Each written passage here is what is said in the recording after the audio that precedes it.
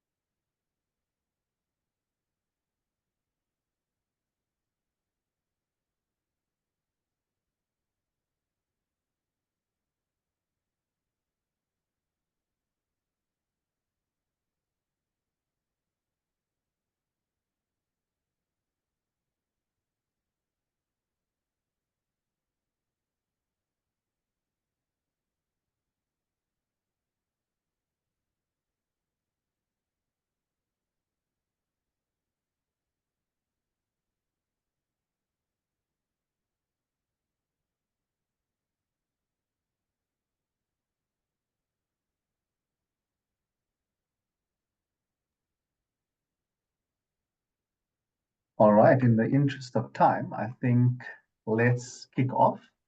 Good morning, everyone, and thank you for joining us this morning for our first webinar of 2025. My name is Janandran Mudley, and I'm a consulting manager at NMG Benefits. And I want to welcome you all today as we dive into an important topic that affects so many of us, which is sleep. I think all of us dream about waking up refreshed after a good night's sleep, but the reality is that many of us toss and turn only to wake up feeling even more exhausted the next morning. A good night's sleep plays an important part in your mental health as well. And today we are joined by Julie Rawdon. She is a renowned physiologist and pain management expert. Julie's passion and interest lies in rehabilitating the whole person to help you understand the vital connection between sleep and mental wellness.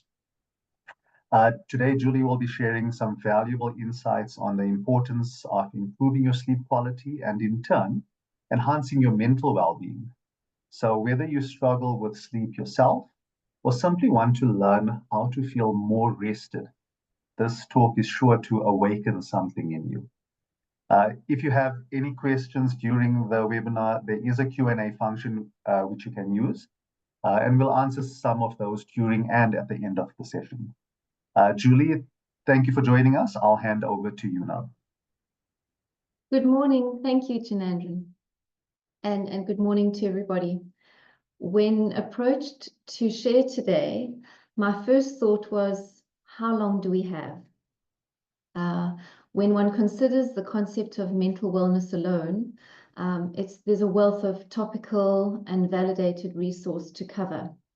When considering sleep and rest, these are also extensive areas of study. So trying to join these two dots together these are fundamental constructs of human function. And given just an hour, this is a challenge. So I'd like to offer the opportunity to make this presentation interactive. I'll answer questions, as Janandran said, both during and then retrospectively. And this is, keep it informal. Let's dive in. Just to say, for the purpose of this discussion, I'm going to reference sleep and then differentiate what one might call rest. Okay, both of these states impact profoundly on our mental and our physical functioning. All right, so for today, as Janandran said, this is what I'd like to try to cover. I will briefly touch on the complexities of sleep. Then I will discuss how sleep, / rest impacts our mental well-being, both long-term and short-term, and in particular, how this plays out in our working capacities. And then we'll cover ways that we can tap into this powerful notion of rest in trying to look after our brains. Okay, so rest and sleep are both essential for maintaining overall health and well-being, but they serve very different purposes. So if we think of rest, rest refers to taking a break from mental and physical activity. It allows our body and our mind to relax and recharge. It can be an activity as simple as sitting quietly, meditating, engaging in light exercise. All right, sleep, on the other hand, is a natural state of unconsciousness that our bodies enter into regularly to rejuvenate. During sleep, the body repairs tissues, it consolidates memories, it regulates hormones. It's actually a very busy time for our brains. And while rest can be achieved through activity, sleep is this biological necessity, and it's crucial for our functioning. I'm particularly passionate about sleep for the simple reason that it is so key to our brain function. In my practice, I see dozens of people who are plagued by chronic pain. And chronic pain and sleep-deprived brains look the same. When we see them on scans, if we take functional MRIs of brains that are sleep-deprived or brains that have been exposed to chronic pain, these brains seem to superimpose and look quite similar clinically, which means that the same fundamental functions that are shutting down in your sleepless candidate are similar to those which switch off when pain starts to dominate our cortex. And essentially, the only way to get on top of chronic pain is really to manage sleep. And there's a movement now towards, instead of giving people strong pain medication, so instead of using analgesia, they're starting to use our hypnotics or our Z drugs to try and manage pain. So we all know what a bad night makes us feel the next day. We're at a loss for words, we're grumpy. It's really, if you pin it down, probably the single kindest thing you can do for your body, but the most important thing you can do for your brain is just to be sleep aware. And we're living in a fairly crazy world at the moment, so a sleep crisis is what we're living in. So we have to be heads up on sleep. So everybody has a sleep story, okay? You climb into your blissful virtual cocoon of perceptual disengagement for this non-negotiable element of survival, and that's what we call sleep. But sleep is quite polarized, okay? You'll have a brilliant icon. Take Leonardo da Vinci, and he was reported to only exist on 20-minute cat naps every 4 hours, okay? An athlete like Roger Federer, he won't settle, by the way, for anything less than 11 hours of sleep. So whether you're an early bird or whether you're a night owl, this is what we call your chronotype. And this is what you're given when you're born. So you either are an owl or you're a lark. And this will differ from country to country, depending on your time zone. Culturally, it makes a difference. And from one human to the next, your sleep pattern is something you own, okay? If I can ask you all to think back to a pandemic time, there was a huge amount of awareness around sleep disturbance. Mental health received, or poor mental health received, a lot of attention because our modern world seemed to be perpetuating, with all our screen time, this crazy sleep crisis. There's a credible author by the name of Matthew Walker, and he describes a sleep loss epidemic. And to a greater or lesser extent, we're still vulnerable to this.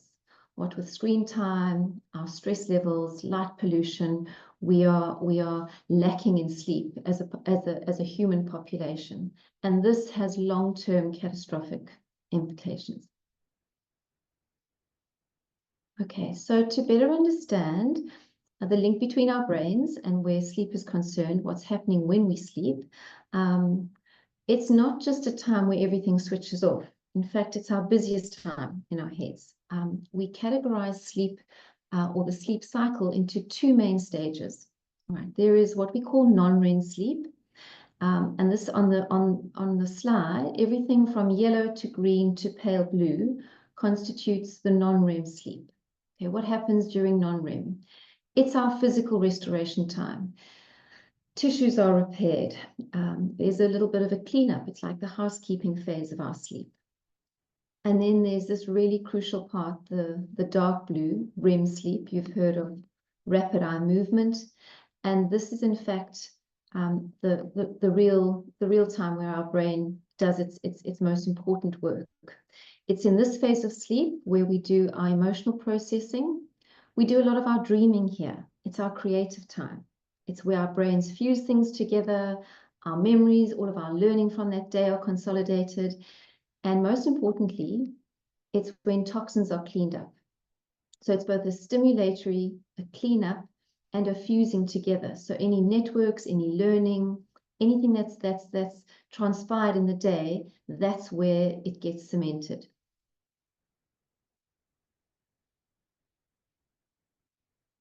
Okay, so that cycle of sleep, including the non-REM, which is your light and deep sleep, into your REM sleep, will last about 90 minutes. Okay, and we will move from light into deep sleep. Maybe a way to differentiate the difference between deep and light.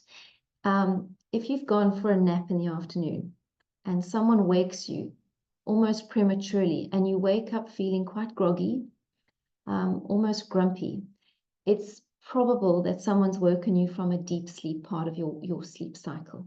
Okay? We can wake and hear background noise when we're in light sleep.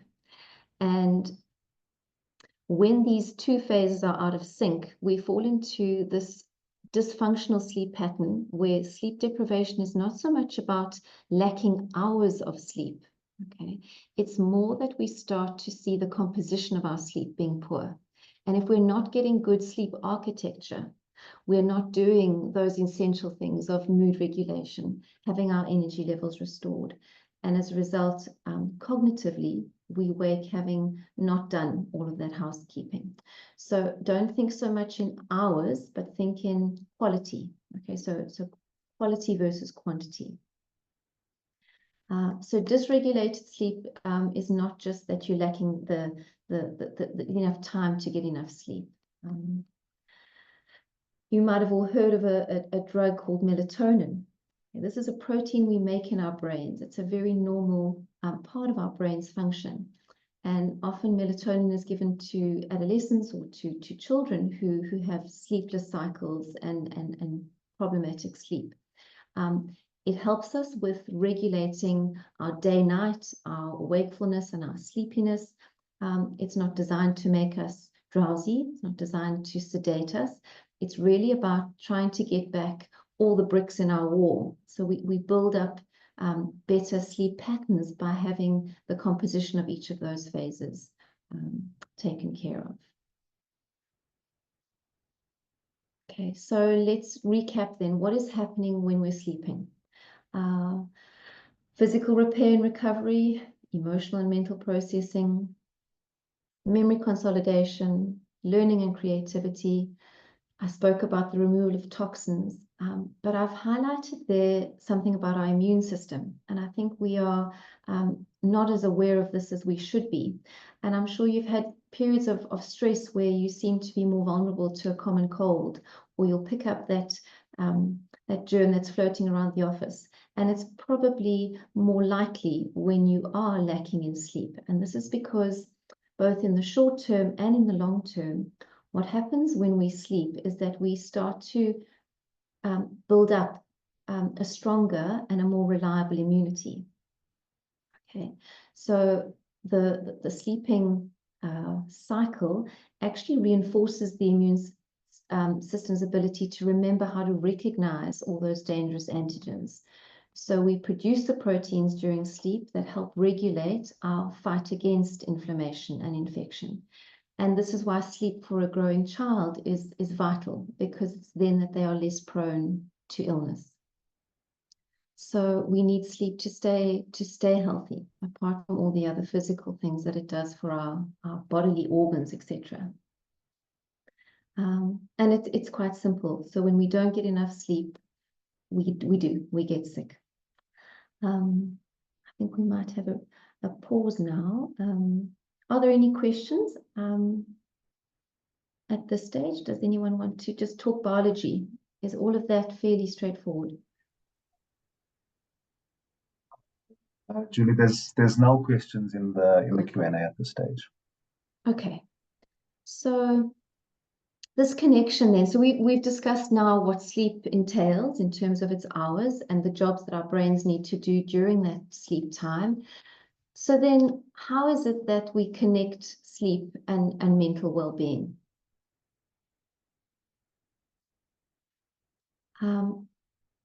Identifying that we're starting to get into an unhelpful pattern of sleep is probably the first step, because there's a negative cascade of events or consequences, and it's perpetual and it worsens quite quickly. And very quickly that lack of sleep balance creates emotional imbalance. And really one can't achieve or restore a more sound mental health picture without addressing sleep and rest. So if you follow the arrows there, you start with something which is perhaps a daily concern, and it becomes something that you haven't put to bed, so it now stays with you through the night. So that stress and worry, that thing you're ruminating over, is something which follows and perpetuates into the next day. Then we develop that pattern of sleep. Sleeping is actually something we have to almost rehearse. It's like teaching a baby how to sleep. We teach young infants to know the difference between night and day. As adults who are going through sleeplessness or sleep dysfunction, one has to retrain sleep, because insomnia is almost a learned pattern. So you have to break the pattern and then teach the brain and the body how to sleep. And what's happening in our emotional centers in our brains is really quite disturbing. So we start to feel not ourselves, just within our emotions. We're perhaps a bit ratty, we're sharp, we're irritable, and you'll notice this in your members of family or your perhaps your colleagues. So those things which start to be more a pattern are your heightened emotional responses, irritability, increased anxiety, fatigue, reduced vigilance, performance drop, poor concentration, and probably the most devastating there is memory lapse. It's almost as if you're walking around in a very distracted state, and none of us perform at our best in that. So these are the medium-term effects on mental state, known to most of us, I'm sure. Here's the caveat, is that those are today's feelings or this week's feelings. In the long term, it becomes a more worrisome picture. This elastic band of sleep will only stretch so far before it snaps. And then these long-term consequences are dire. We see a lot of this in a chronic pain population. And pain, by the way, is also a big sleep interference. So those who aren't getting enough sleep, whether it's because of pain or worry, are now more vulnerable to all of these more drastic long-term consequences. In our community of practice, I see a big portion of elderly people, and the studies around Alzheimer's at the moment are circulating fast and furiously. Everyone is on a big mission to try and optimize their longevity. And longevity is not about getting rid of wrinkles. It's really around keeping our brains viable. And this looming idea of an organic brain change, we call it Alzheimer's. There's a bigger pattern there. It's just a big umbrella term for an aging brain. But even young people present with old brains because they are underslept and just pervaded with worry. So to contextualize this for today, what does this look like in the workplace? And whether you're at the medium-term sleep-deprived state or whether you're starting to perhaps show more dire long-term manifestations of that, what does that colleague down the passage look like when they haven't had enough sleep? This is something very interesting. If you took big corporations, I'm talking about NASA, for one, the other one is Google. They have decided to incentivize sleep, knowing its importance. And I imagine in the NASA building, there are a lot of very smart people. They've started to incentivize not targets being met, but in fact, incentivizing sleep. So they have what they call sleep pods down their corridors. And in the NASA building, they have what they call shush rooms. And so they, for their top creatives and their brilliant physicists or people working, actually insist on those people getting adequate naps through the day. Because we see with napping that it just boosts brain activity. So I think we need to reframe sleep. We are fighting against, as I said, a sleep loss epidemic. The CEO of Netflix was quoted. He unashamedly publicly stated that he was waging a war on sleep. Okay, so I'm not too sure if you've got space for nap rooms in your building, but if brilliant minds are prioritizing it, I think so should we.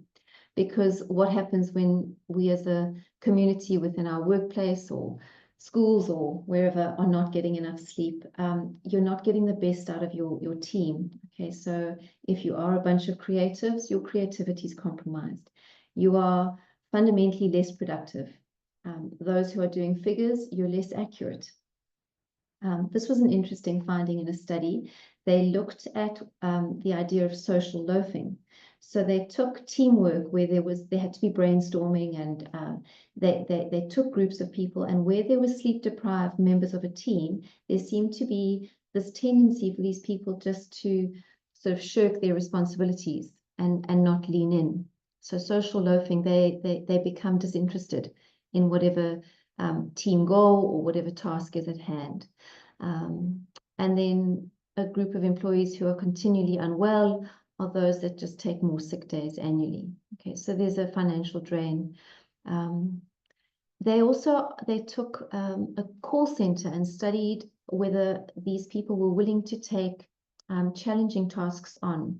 And when you're tired, you seem to just want to opt out. So generally, you're less willing to tackle those things that are more difficult.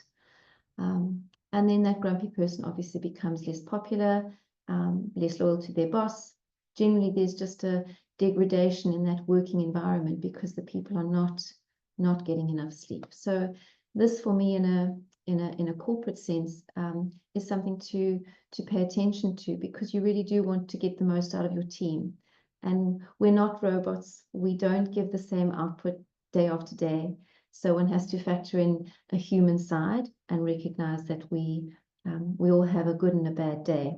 But identifying a pattern, if there is a colleague who's just that little bit off, it might be worthwhile just checking in. Okay, so in a nutshell, Julie, sorry yeah, to jump in there, but I think that section that you just went through has sparked a few questions. So I don't know if you want to take it now, or do you want to of just course. wait until? All right. So If two you'd questions. like to, we can do it that way. Will you reflect the question to me? Yes. So I think while we're on the topic of like the impact on the workplace, two questions. You mentioned to train yourself to sleep. How Yes. does one go about doing that? Because I agree with the question. We have such a chaotic life as it is. Is there a program, or are you going to go through steps to follow to guide people to train themselves to sleep better? So, Janine, there is in the next couple of slides, we will cover those things that we need to try and address. So as we get to sleeping better or how to enhance our sleep, I think I might cover in the subsequent slides some of the things that one would want to implement. And then unpacking why sleep has become dysregulated is probably the first step. So if we go to the next slide, how do we optimize our sleep? If I, in a nutshell, say that our daytime habits are going to impact our nighttime slumber. So if you can think of it as, let me be aware of what my day looks like, because that's probably going to feature sometime through the night. And here I make reference to screens, the stimulants that we drink. I'm going to cover a section on caffeine and coffee, okay? And also one on sleep agents, the drugs we use. But essentially unpacking what your day has contained is a really important exercise in preparing for the sleep hygiene or routine that you're going to implement at nighttime. Okay, so let's go right through that as we go. The first thing is a schedule. This is difficult. We have chaotic days. We have children whose needs are needing to be met. There's a lot to pack into a 24-hour day. But trying to establish, a bit like you would always put a baby down to sleep at much the same time, our bodies, both internally from our organs and with our sleep, we're governed by really two main clocks, okay? Our circadian rhythm and then something called our sleep homeostat. So if we can be regular about the intentional time we're going to go to bed, our body starts to learn a time, and much like a baby gets used to that nap after lunchtime or the mid-morning sleep, our bodies start to preempt that time to sleep. Okay, so the idea that we get sleepy is because a little chemical in our brain called adenosine builds up, and it gives us like a sleep hunger. You have to allow adenosine to build up in your brain. There are certain things that are going to challenge or almost be the enemy of that adenosine buildup. And those are things like caffeine, our blue light or light pollution, anything that is stimulant. So minimize those things that are negating our sleep hunger, because it would be a normal circadian rhythm to build sleep hunger through the day so that your body goes into a natural state of sleepiness. So it's challenging your wakeful hours with a very routine downtime.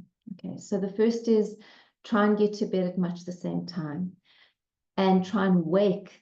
Okay, the caveat of that is don't sleep in too late thinking I just need more sleep. So it's on sleeping and waking that you need to be strict about the time that happens. Okay, this helps to regulate that internal clock.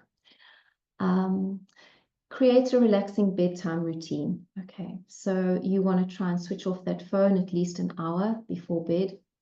There are actually apps that you can use on your phone where your phone just phases out from about 8 p.m. You're conscious about eliminating screen time, and that's not that last final WhatsApp that you want to check or just that last 10 minutes of your favorite series. You actually have to detox from screen time at least an hour before you expect your brain to change from its active wave of daytime wakefulness into what will be a sleepy, restorative sleep wave. Okay. The obvious things, and I want you to imagine a baby, because what we do for a baby to prep them for their going to sleep, we're no different. Okay, so make the room dark, make your room cold. Okay, we actually sleep better. Steve Walker, who's an amazing sleep expert, advises a temperature between 19 and 22, okay, which is quite a bit colder than our normal ambient temperature.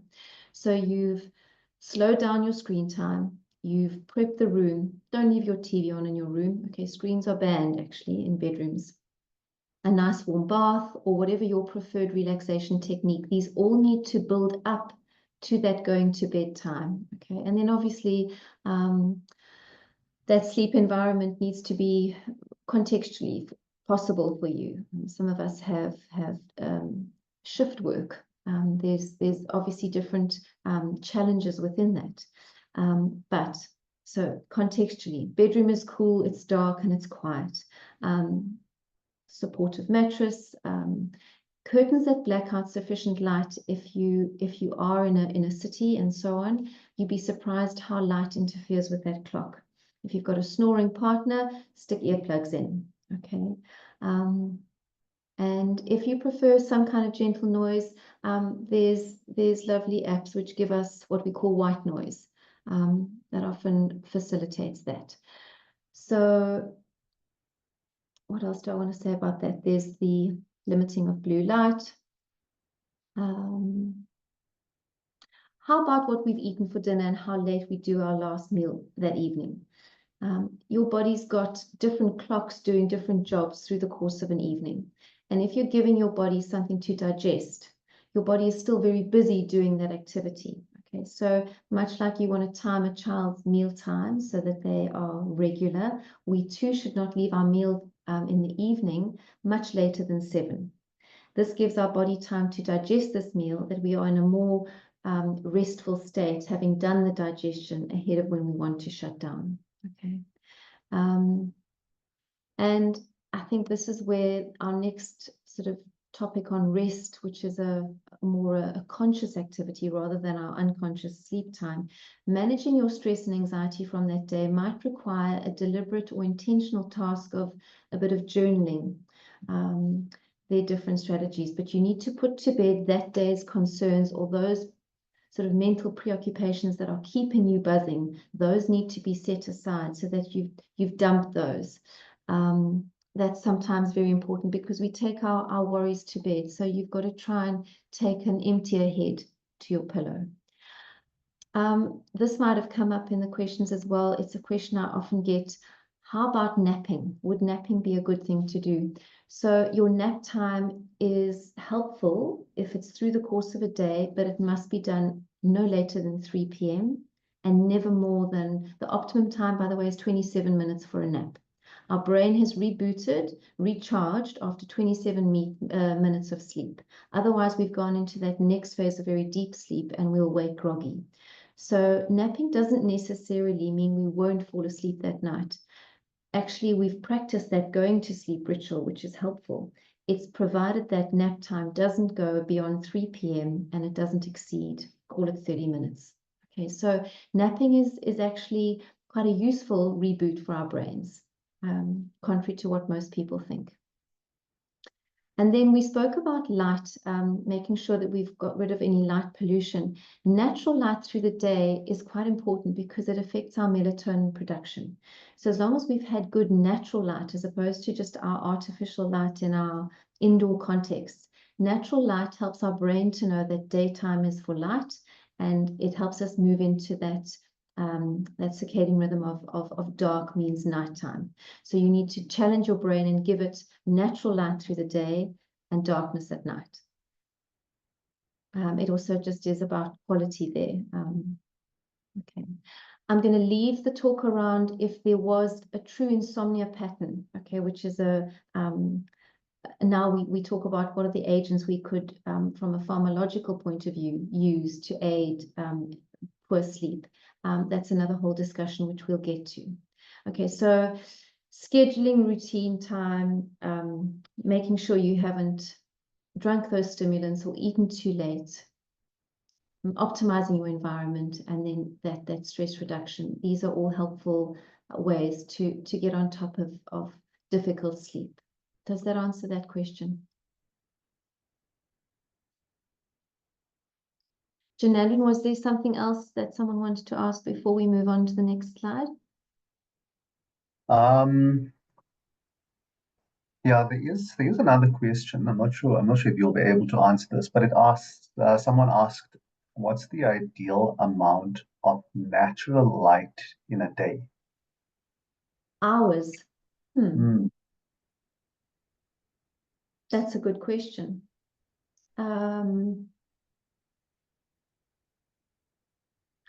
I don't know that there's an ideal time. Again, so even down to how many hours of sleep, if we're asking how many hours of natural light, one wants to say, what is the optimal hours of sleep? And even that is going to depend on which hemisphere we live in, culturally where we are, and then obviously age. In fact, if I quickly just flip through to a slide at the end, let's just find something that we can talk about. Depending on our age as well, you know that as we get older, we require obviously less sleep. So if you break down the number of awake hours, if you were giving yourself an optimal amount of sleep, it would be between 7 and 8 hours for the average adult. Okay.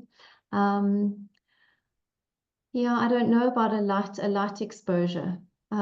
If we took it from a vitamin D point of view, you only need 15 minutes of sunshine to get enough vitamin D. I'd have to look that up for you. Okay. I think the other questions we'll probably leave for We'll the get end. to. Yeah. Okay, so let's talk about the last on that slide there. We said a stress reducing technique, and this is very personal because we all do different things to unwind. Okay, we've now hammered on about sleep. Let's unpack the idea of rest and relaxation, because this state of mind or state of body also facilitates our sleep health and then obviously our brain. So these are the kinds of what we would call stress reduction practices. And for me, I know if I move, it's my best way to unwind. Some people prefer to be quite still. So there are so many wonderful apps one can use. And from calming music to mantras, meditation apps, one can make this a practice. I think, again, what my message today is, one has to be habitual in these things, because cognitive behavioral work is around what we do more of, we get better at. So it's difficult to try and find 15 minutes of quiet time in anyone's busy schedule. But you will find that your brain automatically goes into that state of calm, rest, repose, if you are rehearsing that state more frequently. So I think it's around finding that button which switches you off. Anything from a walk to journaling to listening to a song, whether there's a meditation or a prayerful time, there's got to be a practice. So we find in the literature that apart from swallowing all our sedative drugs or making our room dark, the most effective way to change brain and sleep behavior is through what we call CBT. So cognitive behavioral therapy is a practical approach to training the brain to be doing a different activity to its normal mundane work or sleep mode. And I think the state which underpins all of these practices is just being mindful. We are in a frenetic world. So busyness is rewarded instead of being calm or just being willing to just stop. So if we can be intentional and mindful, we've given our brain a pause time. And these need to become habitual. So it's finding, because you're never going to suddenly find that you've got an extra hour in a day to be mindful. It's trying to find tiny intervals through the course of your wakeful time where you can quickly switch off. So I do quite a bit of work with ergonomics and challenging people about how they position in the workplace. And so I build in what we call pause exercises into the office environment, where I deliberately make people stand away from their desks, walk around the room, put their knee on their chair, stretch. That pause is also a resting activity. So it's being smart about inserting rest opportunity throughout the busyness of a day. This is not for necessarily the scope of this talk, but if we could get rid of our phones, we would probably solve half of our worries. Okay, so if I gave you one thing to take home today, it would be to just be critical of your own use of your device, because it robs us of time, and it is forcing our brains to be occupied by something which is counterproductive for all these rest and sleep states that we're trying to improve. Okay, so we need to be switching off the button to whether it's the emotional stress, the sensory input we're getting. I think this was a very helpful article, and it spoke about the different forms of rest. And one of these flags will trigger in you, oh, I need to do that. So you need to see which of your rest states is most neglected. And then that's where you find your happy place. Okay, so physically, mentally, emotionally, sensory wise, creative, social, and then spiritually. I think we seldom have time alone. I think social rest, because we're bombarded by the messages on our phone, and a call we just have to respond to switch off from the incoming inputs is probably something we all could optimize or pay attention to.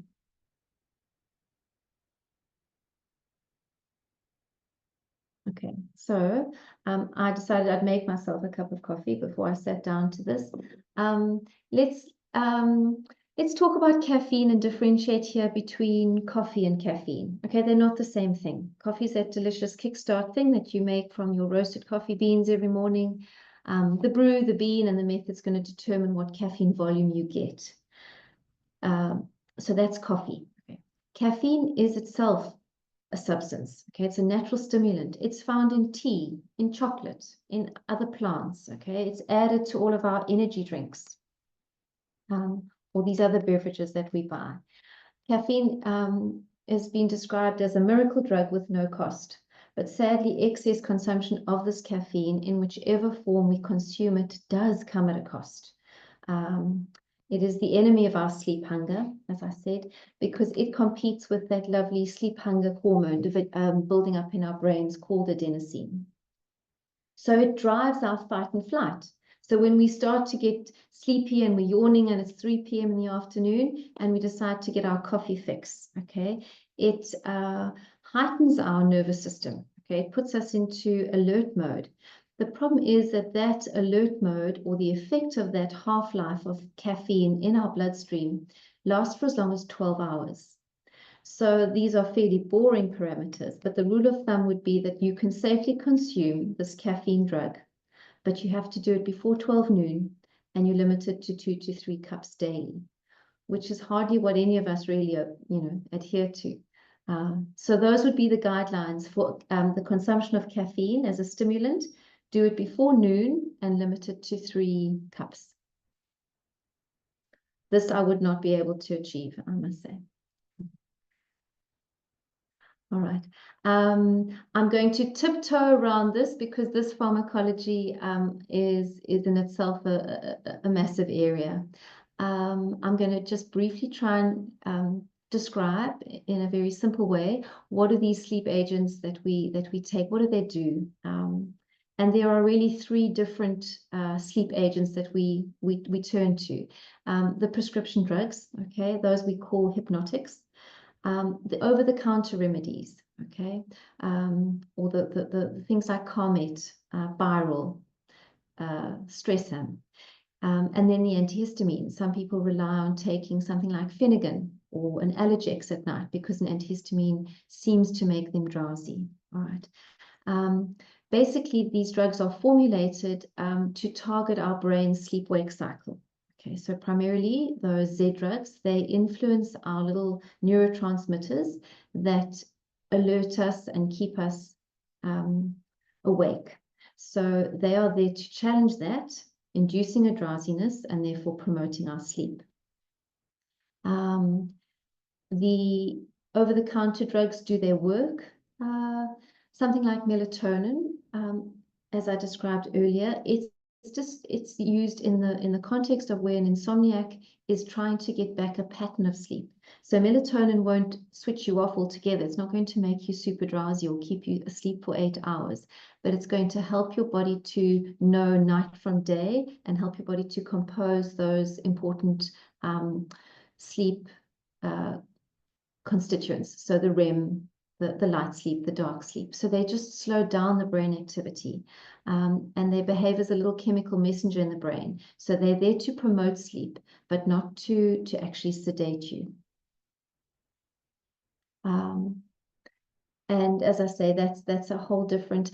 These drugs are there is a place for them, and a lot of my pain population, or my patients who are really crippled by chronic pain, seem to find their pain scores come down when sleep scores go up. So instead of bombarding their systems with very, very strong analgesia, we use sleep agents actually to try and get pain scores to come down.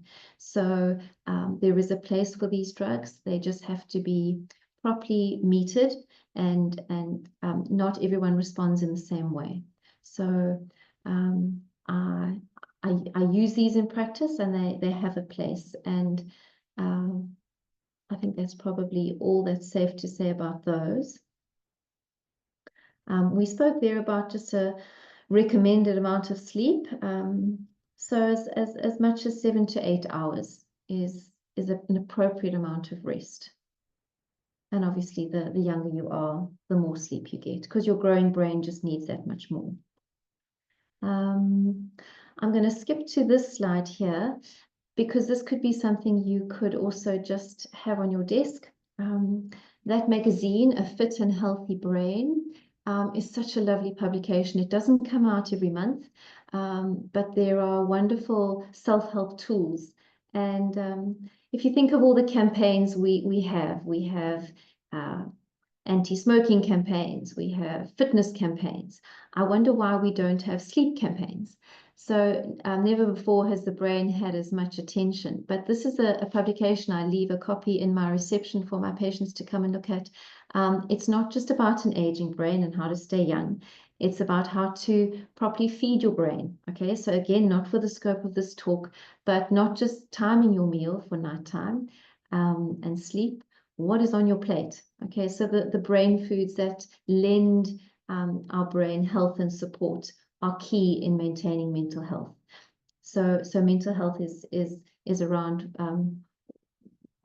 not only what we're doing on our pillow, but what's on our plate. So that's something you can get at a P&A or a supermarket. This as an audio book is a wonderful listen. It's a fairly comprehensive, and there's quite a bit of research. But if you want to know who the last and final word is on sleep, this gentleman, Matthew Walker, has studied sleep for more than 20 years. And he does a wonderful TED talk. And so if sleep is something which is a struggle for you, this is a wonderful tool. Okay, Janandran, I'm going to open up again an opportunity for Q&A. There's one more slide which could be shared, but I think it probably is repetitive. We've spoken about how immunity is challenged by lack of sleep. Apart from our mental health being affected by poor sleep, there's just a growing body of evidence for, unfortunately, things like diabetes, gut-related issues, pain, all sorts of things, and sleep is at the source of all of that. So we look at cardiac function, weight gain, all these other bodily functions that are hugely compromised when we're not getting our sleep right. Mm-hmm. Down to stroke and blood pressure hikes. It's a very broad topic if we look at bodily function, but there's never been a more urgent, call to optimizing sleep for your entire functioning. Julie, there's an interesting and I suppose topical question in the Q&A around CBD oil and using that as a method to assist with sleep. So don't quote me, but I am very for the use of that, provided that it is prescribed and adjusted for that patient's specific need. So my slide around alternative agents, let's just go there.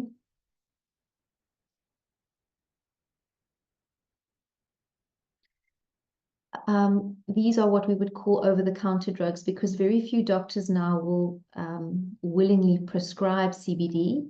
There are functional medicine doctors who might. So even in an old population, I see this to be a very useful adjunct to an insomniac sort of survival pack. Where there is a questionable, or where this becomes problematic is our cannabinoid receptors in our brains.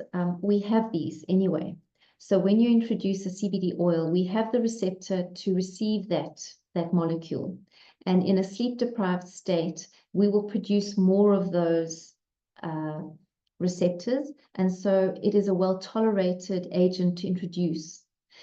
If you were using the CBD oil for its euphoric or its stimulatory effect, you wouldn't necessarily have the receptors. And then you get free or unbound CBD content in your system.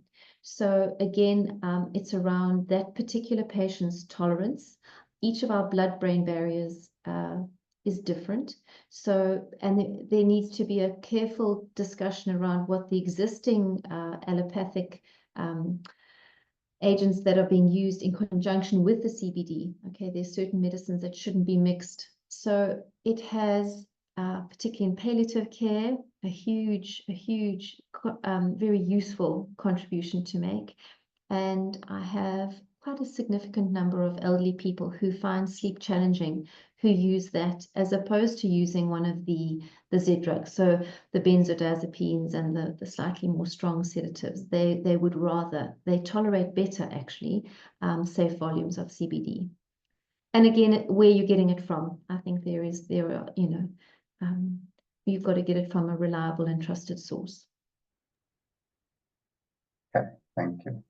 I see that we've got 8 minutes left, and your next slide, I think the one that you shared before you went back, I think that's also quite an important topic. So, shall I leave that one up there, Janendran? Yeah. Yeah. I wonder if this is also helpful, and I'm very willing to do that. I can just make available a couple of the articles which are easy to read. They would be content which is fairly universal around bodily function and what we're starting to see. So the topic of appetite and diabetes and sugar control and sleep is a very, very big growing area of research. And I think we've probably all experienced that sort of, you get the munchies or you get hungry. When we are sleep deprived, we tend to eat poorly. We crave the wrong things. Okay, we will reach for something sugary. And that's all because we have now interfered with that internal body clock that I referred to. So when we change up what our digestive system should be doing at 1 a.m., round about between 1 and 3 is when we're doing our digestion. Okay, 3 o'clock in the morning is a detox time for our body clock.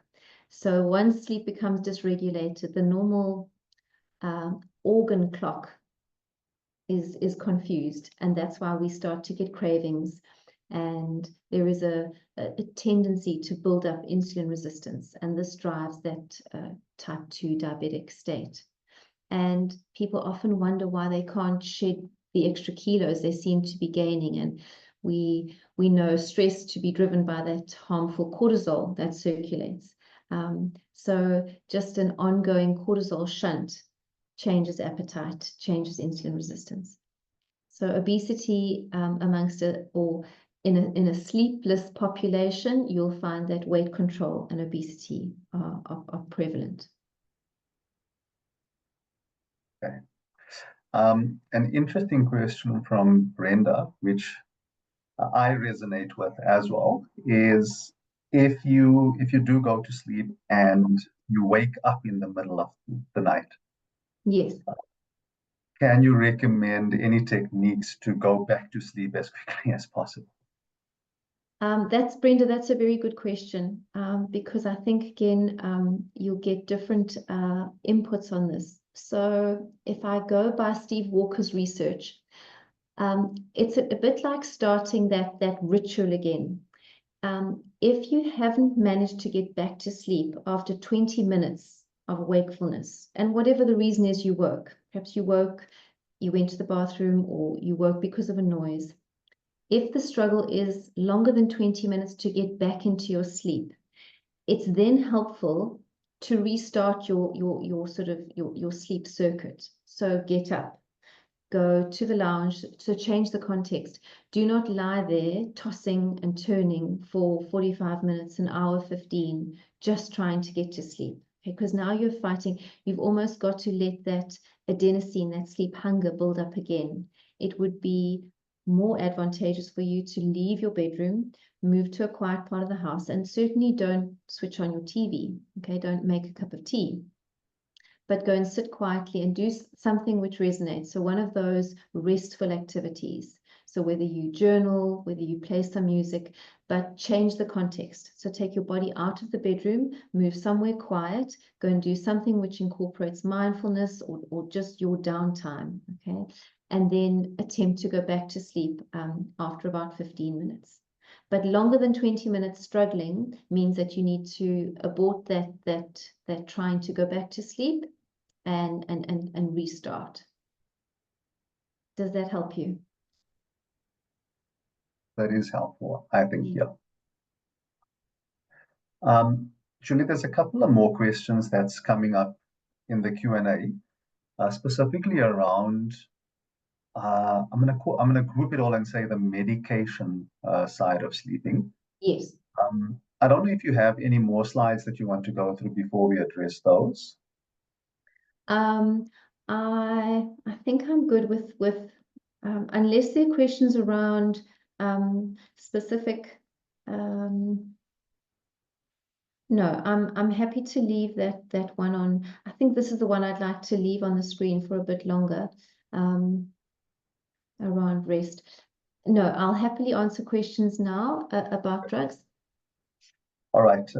Maybe before we get to that question, people often talk about catching up on sleep on the weekends. Is that possible? So if you're only getting 6 hours a night during the week, can you make up those that 5 hours over the weekend? No. So Simple answer. again, remember we're trying to train. It's like saying you didn't go for your your run on Tuesday and on Thursday. So on Sunday you try and do Tuesday's training, Thursday's training, and you try and pack it in and do extra mileage on Saturday. Okay, so you're going to overwhelm the system, and you're going to dysregulate the cycle we're trying to build up. So the need to, and I'm going to say that there are certain scenarios, particularly when we speak about international travel. So those individuals who do shift work and those individuals who suffer tremendous jet lag, there are guidelines around trying to get back into a time zone. There's reasons why we kind of are short of sleep, or we're trying to catch up what we've lost. So lost sleep is contextual. But there is no science to support if you had a 4-hour sleep on a Saturday just because time allowed, because you had poor sleep through the week, that would recharge your brain. Again, you want to practice the going to sleep. So you want to rehearse the routine, the scheduling, and the ritual around going to sleep. And the only way to do that really is to practice the napping. Okay, so when you do nap, you nap in that dark room, you make it nice and cold, you use your favorite pillow, you pop that lavender spray on your blankie, the things which your body recognizes as those sleep triggers, rehearse those with nap time. Okay. And so napping is a very good way to catch up or recharge. Don't go and try and bank 4 caught-up hours. Okay. And then on the same topic, thank you. Can the, let's call it 8 hours, be broken up into 2 4-hour sleeps? Again, is that around a shift or a sort of a waking for necessity? Well, I suppose the question is like the question verbatim is it possible that some people are natural short sleepers and Yes. sleep into intervals overnight? Yeah. So in fact, and we're different to the mammalian world. We are what we call biphasic sleepers. So the human brain is actually designed to get 2 phases of sleep, which is why napping is perfectly permissible. So if you slept a little bit in the daytime and you saved your biggest sleep, it doesn't have to be 4 and 4. So 2 opportunities to sleep is what we call biphasic. Okay, so animals or mammals are monophasic. We actually are designed to get 2 phases of sleep. So if it happens to be broken up, that's okay. Okay, perfect. Okay. All right. I think let's get to the questions regarding the medication, and there's 3 that stand out here. The one is around getting help to overcome addiction to sleeping tablets. The second is you spoke about managing pain, where someone every night feels that they have to take like 2 still pain tablets just to manage the pain, and if that's okay. And the last one is, I suppose, more complex, and I think I'm gonna botch the name of this question, but it's a question regarding something called amitriptyline. Amitriptyline. Yes. Yeah. And the benefits and side effects of long-term use of that. Okay. All right. So let's track back to the first question. I think the first question was around Addiction. addiction.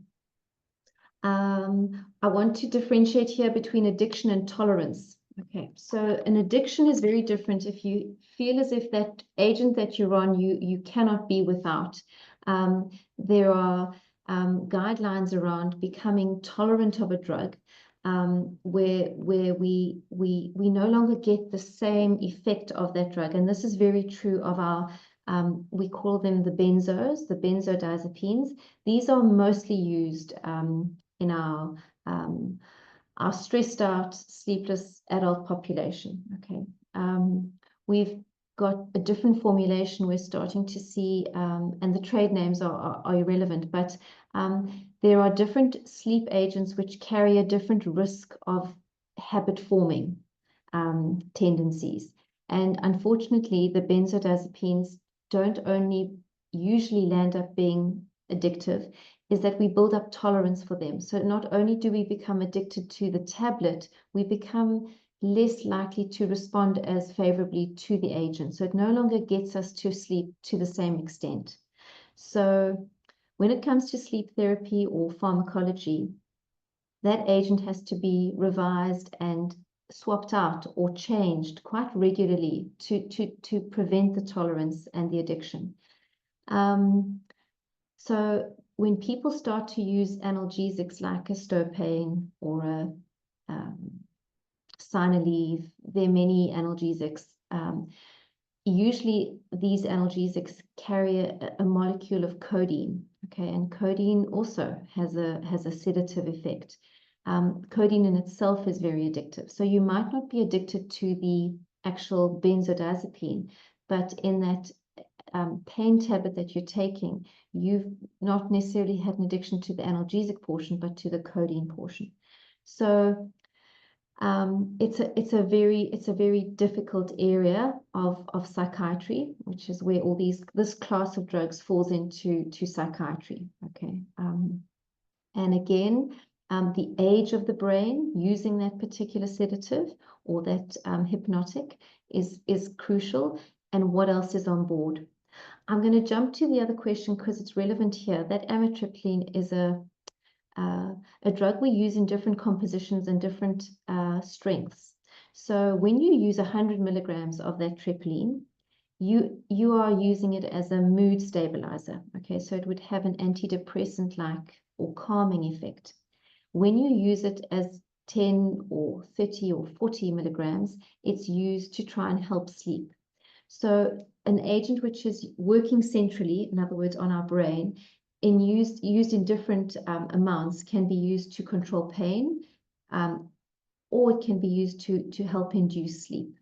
But usually a sleep drug has a mood modifying element to it. And this is where there's this continuum between pain, mood, and sleep. So these drugs need to be tested. A lot of patients find when they take trepoline, it's a very effective way to minimize their anxiety. So it does seem to switch the brain off and induce a more restful state. But patients wake up with a fog, so they find it very difficult to wake and be clear-headed. So they still have the effect of that drug, and that grogginess the next morning makes it a less popular agent, particularly if they respond quite, they're sensitive to using drugs. Trepoline is used by a huge population of stressed. We use it in headache patients. Our migraine sufferers are those candidates who do very well on trepoline.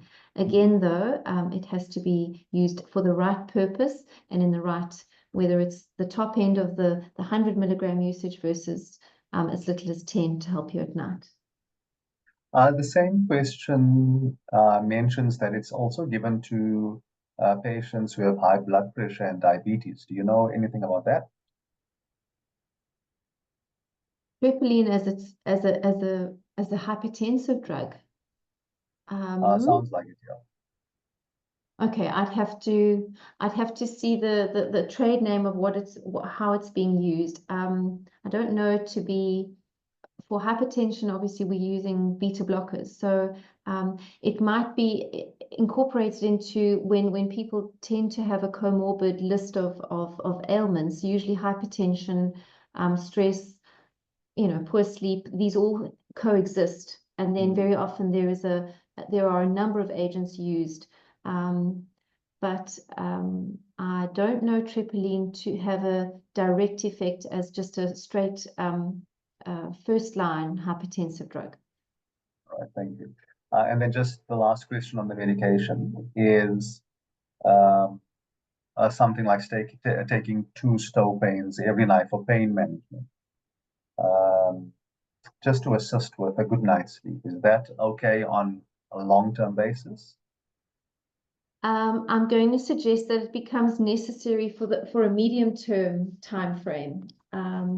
Would I want that to be the only method of pain reduction? No, because after a while that stopane has, and that's the trade name, by the way. So if we looked at what the agent is there is a risk of what we call rebound pain. Eventually that same amount of 2 stopane every night doesn't really change our pain state, but our body becomes habituated to it, and rebound pain can sometimes be the result. So we use stopane post-operatively. There's always a place for pain or analgesia, pain reduction. So if there's been trauma or there's been elective surgery and we're trying to get over in a post-operative management of pain, it's a drug which is used widely. I don't think we should be using pain drugs as our Z drugs, okay? Because there we're overlapping a little bit. I think we have to get on top of why do we have that pain and what else are we doing to support that. So as the only go-to, probably not advisable.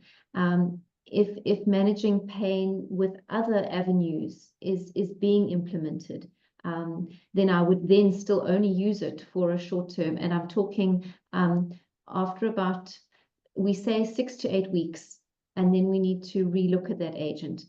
The evidence shows that something like Tramoset or Tramadol, okay, these are drugs which we use for pain. After 6 months, they don't have any effect. So we don't want to become immune to what drugs are useful when they need to work. All right, and I think one last question before we close, also relating to, I suppose, a form of medication. Is it okay to take a melatonin or the melatonin supplement? So melatonin is again a very safe. Remember, we make melatonin. Our brains need melatonin to within our circadian rhythm. It helps us. It's the drug of sleepiness. So melatonin is still something that you need a prescription for, but it's useful to rebuild sleep architecture. So through COVID, we used melatonin, particularly with our younger patients, to help them. And if there was just a certain amount of stress or worry attached to what was going on contextually, that was a very helpful way to remedy sleep. So I usually advise my chronic pain sufferers to start with melatonin anyway. So the melatonin they use is to just get back quality of sleep, and then if they need something in addition to that. So usually if it's going to help you, you'll know that it's helping after about 2 weeks. And we can, I think, use up to about 20 milligrams. Yeah. All right, thank But you. my encouragement this morning is really, as I said, what you're doing in the daytime, that's going to pay forward for how your night goes. So unpack what your day looks like, because that's often where we have the most influence over what we can change. All right, thank you so much.